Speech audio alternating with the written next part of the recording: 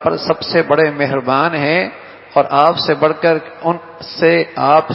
کر ہم سے اور کس کی ہمدردی اور پیار ہو سکتا ہے؟ اتنے شفیق ہیں کہ آپ کی سب سے بڑی خوبی رحیم ہیں آپ، اللہ بھی رحیم، اور پیارے نبی کے بارے میں فرمایا یہ بھی اپنی امت کے بارے کے رحیم ہیں، یہ بھی آپ کے امت کے رحیم ہیں، اتنے بڑے مہربان۔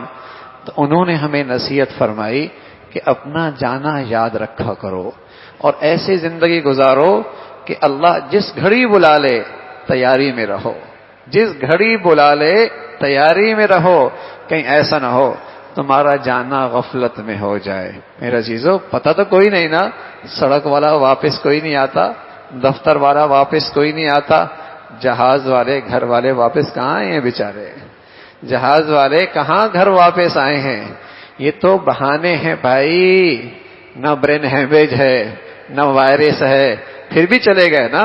وہ وقت لکھا ہوا ہے، وہ وقت لکھا ہوا ہے، وقت لکھا ہے تو بہانہ وائرس بن جاتا ہے، وقت لکھا ہے تو بہانہ برین ہیمریج بن جاتا ہے، وقت لکھا ہے تو بہانہ حادثہ بن جاتا ہے، وقت لکھا ہے تو میرے عزیزوں بہانہ بخار بن جاتا ہے۔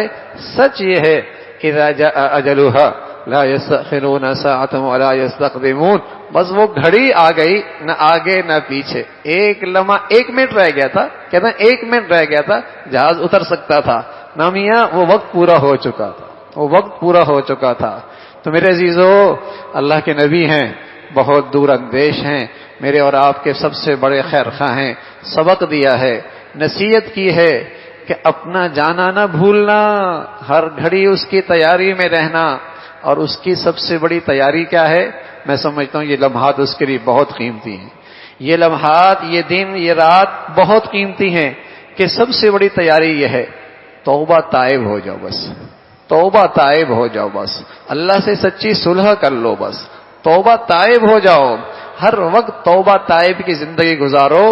اللہ رات کو سوتے بلا لے مبارک، دل میں جاگتے بلا لے مبارک، گھر سے اٹھا لے مبارک، باہر سے بلوا لے مبارک، بس توبہ طائب ہو کے زندگی گزارو میرے عزیزو۔